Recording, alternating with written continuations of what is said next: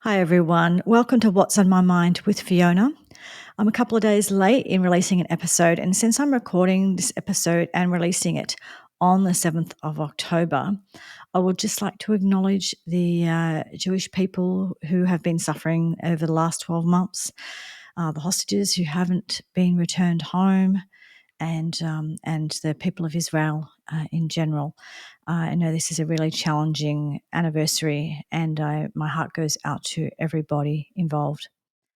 And on that note, today I am going to be talking a little bit about this conflict, but not so much about this conflict. Look, I don't pretend to be an expert on geopolitical things and wars and all of that kind of stuff. Although everyone seems to be now. Everyone's become this great expert. Funny how that happens. Everyone's an expert and stuff immediately.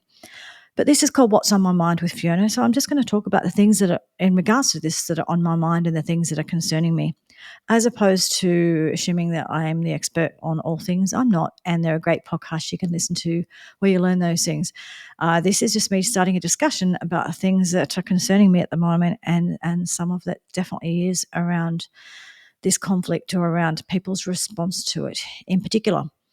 So I actually wanted to start by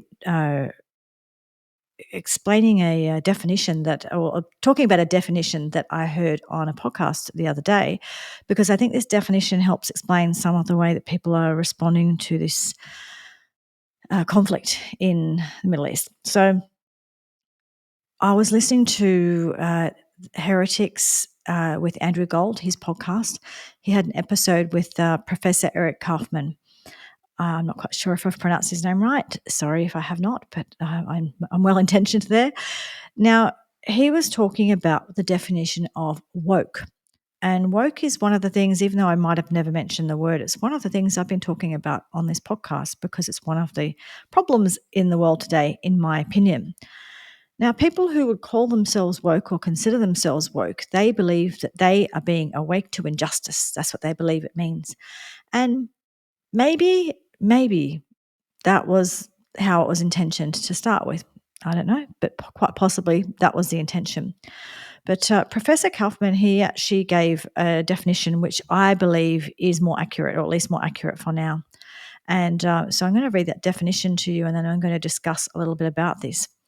So he said that woke is making sacred of historically marginalized race, gender, and sexual minorities.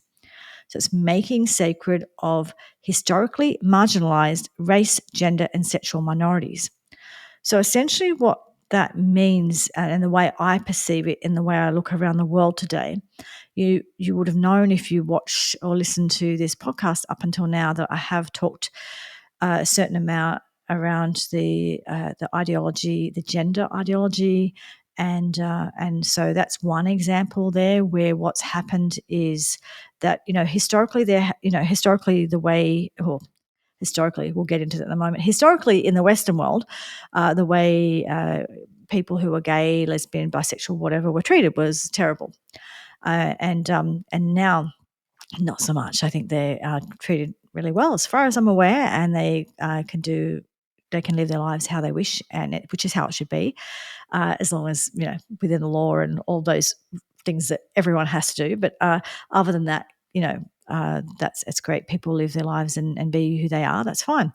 But that's one area where what's happened is that, and Douglas Murray said this. He explains this really, really well, and he is just it's relevant for the purposes of this. But he is a gay man, and he explains that it was kind of like there've been all these years where they that LGB community had been, or not necessarily community, but the people who are LGB had been fighting for rights and fighting for their safety and justice and all the things that they deserved. And there was a lot of years where that was their common goal that they had, and they fought really hard for that. And the way Douglas Murray explains it is like they arrived there, and as soon as they arrived there, like, oh, okay, all of these sort of, like, I don't know if they're called charities or lobby groups or what exactly they are, but I think one of them might be GLAD, but I could be wrong. But anyway, the different groups that were associated with supporting the LGB community, suddenly they had nothing to do. And so they decided to find a new kind of oppressed people to represent. And so that became the T people, the trans community. And essentially they've kind of created a whole bunch of, not that there was always a small percentage of trans people, but now they've created a whole bunch of trans people that never were, and they just told them all that they're trans. Children, you can do that with children, and now they're the most marginalized people in the whole world, and and they talk about trans genocide. You hear trans people who think they're trans, or students at universities screaming at the top of their lungs and hysterically screaming about the trans genocide. Where's all the bodies piling up of trans people? Like, there's not a trans genocide. But anyway, so they are now the terribly marginalised group, and they are the most marginalised group in society. So they're the ones that most have to be concerned about. I mean, they're applauded. They get Woman of the Year. They get magazine covers. They're invited to the White House to go and talk to the president, and they have galas for them. And if my husband did dodgy things, he would be considered to be, a groomer, or the other word with a file on the end of it, right? Whereas if you put on a dress and said he was trans and did similar things, he would be brave and stunning and brave. So anyway, it's just crazy that we've just turned this group of people into victims. When they're not really. But anyway, but what we've done is we've also done it with people who were previously victims. So we've done it with, obviously people, essentially kind of when you look at the Marxist, the sort of the new Marxism that's kind of based on more this postmodern theories and all of these sort of gender theories and race theory, like critical race theory and critical gender theory and stuff. Essentially, anyone with dark skin is oppressed and therefore must be platformed and must be wonderful and brave and heroic. And again, there was some terrible things done to people with dark skin, but and slavery and all of just the horrific things, and I'm not denying any of that whatsoever. However, now in the world, again, these people, that there's no rights, in Australia or in the UK or in America, where there's more rights for me than there is for someone with darker skin or whatever. And the truth is, if you do go back over history, there's every different group has been enslaved, and that's the word slave came from Slav, because it was actually the whites originally who were slaves. I think they were slaves each; they've been making each other slaves. But right, so but it's complicated, and throughout history, every group has had awful things happen to them. And, if you look at even just like, if you look at the history of the Irish and of the French and of the, in the UK, in Scotland and in England and stuff, if you see that the lives that people had over the last couple of hundred years, they were terrible. They were terrible for everyone, right? So like lots of people had terrible stuff for a long time. But anyway, what we've done is we've kind of made sacred sort of certain people. So now anyone with dark skin is, brave and wonderful. And like all colors, races, everyone, some people are brave and wonderful, and some people are a-holes, right? It's the same as people who are white, people who are Asian, people are every different thing you can think of, right? There's just people who are good and people who are not so good and everything in between, right? And that does not come down to your religion or your race. It comes down to what Martin Luther King, the content of your character, right? So it's about the content of character, not the color of people's skin. We finally figured that out. We were doing really well with it, and then all of these sort of charity groups, lobby groups, and people who were all about justice, they had nothing left to do, so they had to create it. And so now you've got people like Jussie Smollett or Smollett or however you say his name, paying African guys to beat him up and pretend they hate him because of his color and because he's gay or something, and there's so many. There's a whole book being written on all of the hoaxes now that are being created because we have to make up racism to be part of this marginalized group and to be a victim. And that's what we have now. Is we actually have it's what is the most heroic thing is victimhood. It's actually the oppression Olympics. And so the oppression Olympics essentially, if you are trans, I think you're just the most oppressed. But if you're trans and black, you're the most oppressed altogether. If you're white, you're got to be an oppressor. No other choice. White people are all oppressors. It's like all these stupid rules, right? When the truth is, in the world and in society and in history, it's been lots of different ways. And people have been oppressed, and white people have been oppressed, black people have been oppressed. We've done horrible things to each other. We've done horrible things to ourselves. It just is what it is.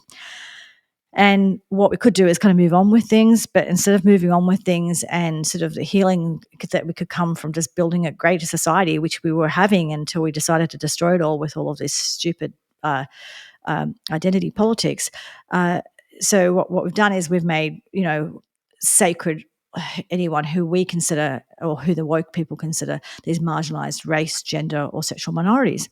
So the same thing goes for, it's quite interesting because that means, in their opinion, that anyone who's Muslim is oppressed, but anyone who's Christian is not. And again, it's not true. It's Christians have done some terrible things and Muslims have done some terrible things, whatever. But it's just not true that one's oppressed and one's not. It's just not the way it is. And there are Christian people being ethnically cleansed around the world, the same with Jewish people, the same with Muslim people, and Muslim people doing it to each other, right? All of this is going on in the world right now. It's not just like only Muslim people have any history of being treated badly or oppressed or whatever. It's just not true. But we've created it that way, which is quite interesting because it's now we've got like queers for Palestine. So we've got the people who were oppressed once upon a time in Western world, no longer oppressed in the Western world. And now they're siding with the people who would oppress them, the people who consider being gay illegal and against God and worthy of being killed, right? So it does my head in. I just don't understand. So they think that they've got this great thing in common. And the great thing they've got in common is they both seem to hate Jews. And then when the people who are all of these terrorist groups, Hamas and Hezbollah and what's the other one, the Houthis, when they finished killing the Jews, who do you think they're going to go for? Do you think they're going to just like look at all the gay people and all the trans people and say, "Oh, you're wonderful and you're oppressed and we care about you"? No, they're not going to do that, right? So I just don't understand don't understand that at all. So what's happened though in this woke world is that, and it is this new form of Marxism, right? It's just instead of the proletariat and like basically the rich and the poor, which is kind of what it used to be, now it's about the oppression Olympics. And so anyone who's considered to be oppressed, and the other thing too is that everyone who's considered to be oppressed must stay oppressed. So it's like we actually have to hold them down and we have to convince them that they're oppressed. I mean, when Biden did a speech at Biden, yeah, who's he? Who's running the America at the moment? Who would know? But when he did a speech at a largely black school, he pretty much said, "We all hate you and we all treat you badly, and you're just not going to get anywhere because of systemic racism." What a lot of bollocks! It's just so not true. But yeah, so it's kind of like, well, and we tell this to the kids. That's why the kids think there's a transgenocide. They're just being told there's a transgender. Like, where? But we tell them that, and they think there is, and then they think that they're oppressed. And there's also this whole thing. It's like trendy to be, like the kids who used to wear that, they're still idiots to do wear like the Che Guevara t-shirts, right? And Che Guevara used to kill gay people because he hated them, and he was this terrible, terrible person who killed all of these people, and horrible person. And all of the socialist kids like wear the t-shirt and he's a great hero, and it's like, well, no, he's not. And now they're all wearing, is it the kafirs, what you call it, the scarves or whatever they are that were worn by Hamas. So it's like, oh, that's a heroic thing, and these people are, so oppressed, and we must defend them, and it's just like, well, there's billions of dollars being given to Palestine over the last 50, 60, 70 years, whatever it's been. And they spent all the money on arms and tunnels, and not on, like, they could have actually created a great place because it looks like it's actually a beautiful location. It could be a beautiful location, but they've spent it on those things. And it's just, it's just confusing to me that, the only people that they're being oppressed by is Hamas. Anyway, anyway, this stuff doesn't make sense to me, and it sort of does make sense. And then I thought, once upon a time, I thought that, you know, we had the Holocaust, and it's terrible. And and people talk about who they would have been, and if they would have been, oh, I wouldn't have been a Nazi, or I wouldn't have been a Nazi sympathizer, and I would have been one of the good people, and I would have been the one that saved people. Um, and then this comes along, October 7, 2023 comes along, and before Israel had responded in any way, there were people out on the streets celebrating the fact that Jews had died, and not just died, but lots of horrific things. I won't go into the details here. I'm sure you know about them, or you can certainly find out about them elsewhere. And they were celebrating. And then the world suddenly, within about 24 to 48 hours, initially everyone said, oh, yeah, poor thing, yeah, because you've got to sound like you're being kind. And then within 48 hours, they're sort of saying, Israel must have restraint. They hadn't even done anything yet. They must have restraint. And I think the other day, like the stuff that's going on in Lebanon at the moment, and as far as I can see, I think there's a lot of Lebanese people are actually celebrating, because I don't think Hezbollah represents all Lebanese people, just like Hamas doesn't represent all Palestinian people. But what we're doing in the West is we're idolizing the terrorists, and we're seeing them as like the freedom fighters. Well, freedom for who? Like what? They're not freedom fighters. They don't care about their people. That's why they hang out amongst their people. So it's their people who get blown up when things happen, right? They don't care about their people. I just don't understand. And then you have people like Susan Sarandon, and she's a great actress, and I've always admired her. But then she's saying that what happened on 7th of October didn't happen. And it's like, okay, so the Hamas people record it with their GoPros and they share it because they're so happy and so proud. But then it didn't happen. And it's something Israel made up. It's like, but they shared it because they were so proud of it. But then we said, no, it didn't happen because they wouldn't do that, because they're lovely Muslim men who wouldn't rape people. But they did. They recorded it and they shared it. So it's like, what's right in front of them? It's this weird thing that what is right in front of them, they cannot see. And they've decided that these people are the oppressed. And because they're the oppressed, they can't do any wrong. And that's a problem with this whole, with this woke ideology where we make sacred. You can't make anyone sacred. Like, as far as, you don't just say everyone of that race or that color is sacred. No, human life is sacred, yes, but you can't just say that they're all wonderful just because they're this color, this religion, that. It just doesn't. We're human beings. Human beings are very flawed, and we all are. But just suddenly, just making that they walk on water, they're amazing. They just can't do any wrong. That's just ridiculous, and it's just as ridiculous to say that about people, white people from the West, as it is to say about anyone anywhere else. It's just ridiculous. But what we've done is we've done that, and because it's just so easy, because it's so easy if you're woke. It's just so easy to be right about everything, right? Because you just get told who the oppressor is and who the oppressed are. So basically, if you're white, you're an oppressor. If you're dark, you're being oppressed. If you're rich, you're an oppressor. If you're poor, you're being oppressed. And and it's very, very simple. And they just get told who's who, and it's like, believe all women.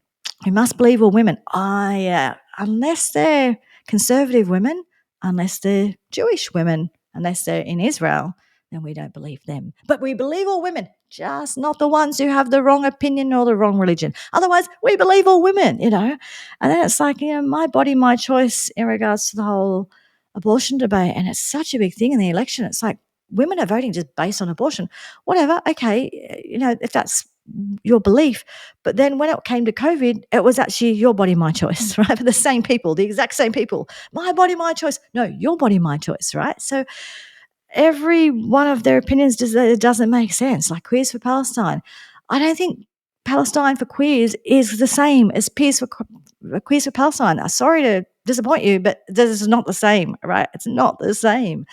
So it's just this woke ideology basically is and if we can convince people that that man there who's just decided to call himself a woman, if we can convince them all to call him a woman, then we can convince them to do anything. And it's essentially like if we can confuse people, then we can get them to believe anything. And actually, there was a quote, I saw it today. Hang on, I'll be back because I just want to read you this quote I saw today that was really good. So this is the quote, and it's by, look, and I don't know anything about this woman. I haven't looked her up. Someone will come back to me and yell at me because she's someone who's been cancelled or is not okay. I don't know who she was, but she's a German woman German historian and philosopher, and her name is Hannah Arendt. And she said, "This constant lying is not aimed at making the people believe a lie." Because people don't believe it. They just say that they do because, you're supposed to say that you do, right? But at ensuring that no one believes anything anymore. A bit like the US election, right? No matter who wins that election, no one's going to believe it's the results, and then everyone's going to think it was rigged, right? Well, not everyone. Half of the people are going to think it no matter which side, right? Are people that can no longer distinguish between truth and lies, cannot distinguish between right and wrong. And okay, are people that cannot I'll start again, sorry. Are people that can no longer distinguish between truth and lies, cannot distinguish between right and wrong. So if you can't tell the difference between truth and lies, you can't distinguish between right and wrong. And such a people deprived of the power to think and judge is without knowing it and willing it, completely subjected to the rule of lies, with such a people, you can do whatever you want, right? And that's exactly what's happening now, because we are just being convinced to, it's the emperor's new clothes. It's like, just don't believe your lying eyes. Just that boxer is definitely a woman, and that man over there is definitely a woman because he says he is. And Hezbollah and Hamas and the Houthis, they're all just great people, freedom fighters. They just love everybody. And, when they're finished writing off the Jews, they're going to love all of us too. And they're particularly going to love people who are gay. They let's record ourselves murdering and raping and doing all those horrific things to people in Israel and share it around the world. And let's pretend it didn't happen because those people are wonderful. They wouldn't do that, of course. It's like, so you can, and now like you see it happening in the US politics, like I said before, where basically no matter who wins this election, whether it's Harris or whether it's Trump, there's going to be half of the country that don't believe those results, right? And that's because they've lied. Everyone's lied so much that it's just got to the point where what is truth? What is truth? What is lie? What is right? What is wrong? It's just confused the hell out of people, and then you can control them, right? And I think that I don't quite know the context of that lady or what she's about, but what she's saying is absolutely true, and it's very true for now. And what is really, really interesting is anyone who says anything as I say immediately gets called far right wing or a Nazi or something like that. And it's quite interesting because, the Nazis, when you look at the Nazi Party, they were actually socialists. There was a socialist party, and they became fascist. Funny how that works. It's the same thing, right? Socialism, fascism, all ends in the same place, right? But anyway, so they ultimately became this far right wing people, and they hated the Jews and wanted to exterminate them. Now, when you look at, and of course, Iran is behind all of these groups, the Hezbollah and Hamas and all those groups. And when you look at places like Iran and places like again, like Hamas and Hezbollah and stuff like that, their stated goal is to kill all the Jews. It's not just about the land. They don't just want the land. They actually want to destroy and kill all the Jews. So it's the same thing. So when the Nazis wanted to do it, they were far right extremists and they were terrible people, which they were, by the way. Don't get me wrong. They were very, very evil people, and the Holocaust was just appalling. And, that's just disgusting and appalling and horrific. And, I hope that we never see anything like that again. And now the people who hate and want to kill all the Jews are heroes and freedom fighters, and, they're oppressed, and we should support them. And it's Gad Saad is writing a book about this at the moment. It's like suicidal empathy because we're going to support them. And then when they finish killing the Jews, we're next, right? I, I, I can't imagine why this is hard to understand or why sensible people can't see this. But they're so caught in their ideology and they know who the oppressor and who the oppressed are. And as long as they know that, they're fine. And it's like, I mean, and the people, some of the people who believe in this are some people who I would consider like in my friendship groups, people who I think are good people, and they believe this stuff. And I don't understand. And yes, everyone says, "Oh, the children getting killed and stuff," and of course, it's terrible. Children getting killed. I understand that, and it's horrific, but it does happen in war. But it's only a problem if the Jews do it, because in the world at the moment, there's Muslims. Ethnically cleansing hundreds of thousands of other Muslims and killing them and whatever. And no one cares about that. No one's talking about that, right? So no one cares about it unless the Jews are doing it. So don't tell me that you care about the kids. So you do? You don't? Okay, well, do you care about the other kids? And on that note, do you care about the Israeli kids who are who are still in the tunnels, right? Do you care about those kids, right? Or kids who lost their parents, the kids who watched their parents get murdered? What about those kids, right? So I do care about the kids, but I care about all the kids, and that's not an excuse then to say that Israel can't defend themselves. It's like they defend themselves against the Lebanese. People are on the streets sad that this evil maniac Hezbollah guy died. Like, seriously. Whereas some people in the Middle East are actually quite happy about it. So it's like we think that we're doing the right thing by being sad about it, where they're kind of like, thank God they got rid of him, because I'm sure there's many decent people in the Middle East who actually just want to get on with their lives and don't want these horrible terrorists running their lives, right? That's who's oppressing these people. It's these horrible terrorists, not Israel. And I just, yeah, I anyway, it does not make sense to me. And, I could go on about the geopolitics forever, but it's like, okay, Israel are the only people who aren't allowed to defend themselves. And that's what I was going to say. It's like, I think Hezbollah had launched I don't know, so many thousand uh, bombs, rockets, whatever they're called, at Israel. And no one said a thing. And then Israel defended themselves, and it's, oh my God, terrible war crimes. It's like, okay, so Israel are just supposed to sit there and be attacked. Is that how it works? No one would ask Australia or America or the UK or anyone else. No one would say you can't defend yourself. But apparently in Israel, they're not allowed to defend themselves. And the interesting thing is, like we sort of say, oppressor oppress, and the Jews must all be oppressors. And it's like, well, but in Israel, the population, there's a mixture of Arabs and Jews and Muslims and so I'm mixing up races and religions and stuff, but you kind of get the gist. And they have these huge, great big pride parades because they do have quite an accepted and large group of LGB whatever people there. It's actually it's that kind of society. So the weird thing is, and every color of the rainbow, a lot of Israeli people are quite dark.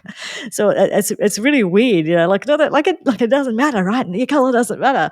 But except that I've got Irish skin, so I get like the skin cancers burn off all the time. Other than that, though, it doesn't matter, right?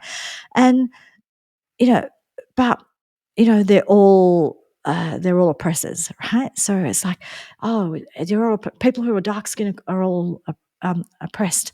People who are white skin are all oppressors. Oh, unless they're Israeli, in which case they're all oppressors. Oh, none of it makes sense, because it doesn't make sense. And that's why straight away they start calling you names, because they have to call you names, the same as they do with the gender ideology, because the stuff they're talking about doesn't make sense. So they just have to say you're an Islamophobe, or you're a transphobe, or you're a Nazi, you're a something. But anyway, I don't pretend to be right about all this, but I do know what evil looks like, and evil looks like Hezbollah, Hamas, and the Houthis, and what they're doing to Israel is disgusting, and they do need to defend themselves.